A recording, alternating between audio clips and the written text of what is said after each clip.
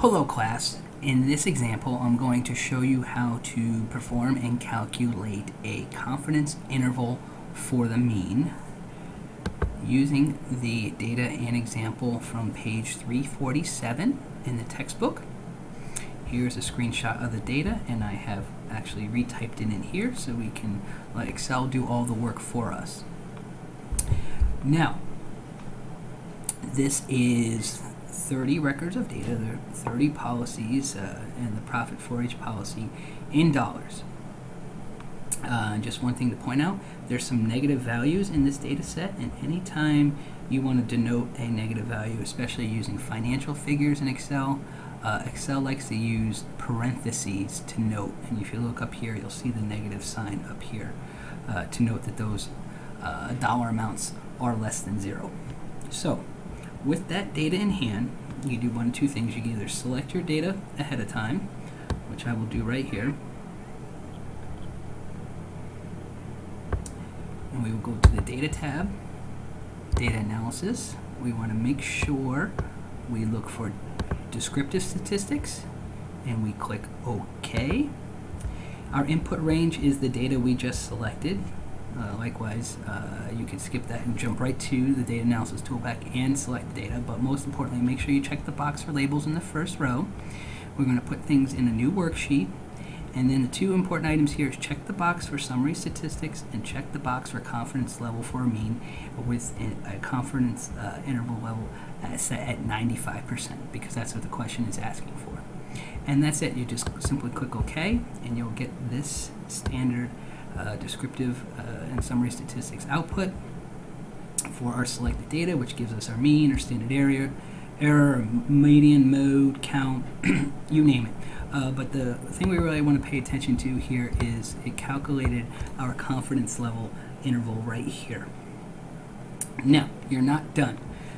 In following the example from the textbook, normally what you would do is simply take this value of 496.479.113 and subtract it from the mean up here to get your lower bound, and then add this value to the mean to get your upper bound, to give your 95% confidence interval for mean profit.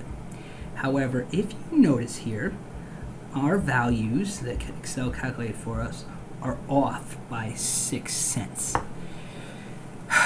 And this, I think, is an issue with the textbook and probably MyStatLab if they're going to force rounding on us.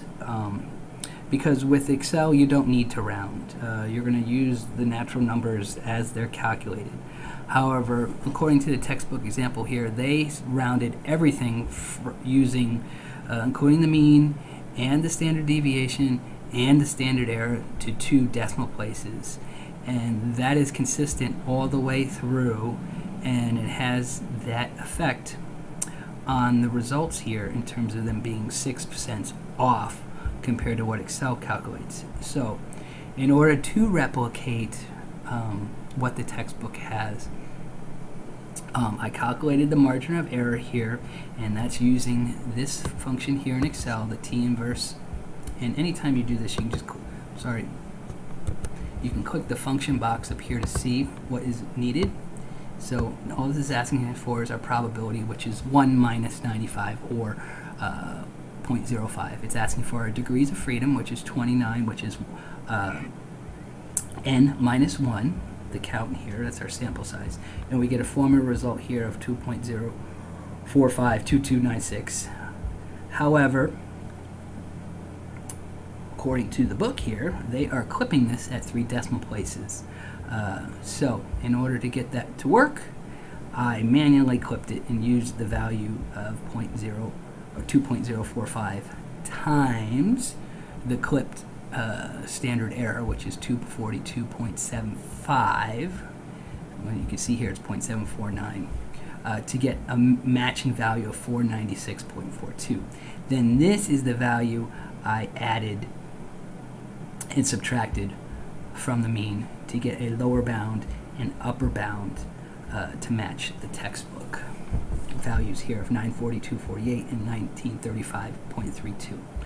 So the lesson learned here. A, you know how to do this in Excel.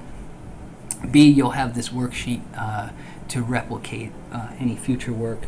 And C, when you're working in MyStatLab and it's asking for a specific number of decimal places, use that specific number from the start.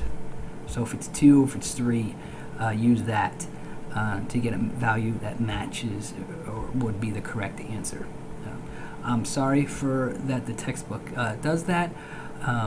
It caught me off guard as well, because normally all this stuff on the right side of the screen I would not do.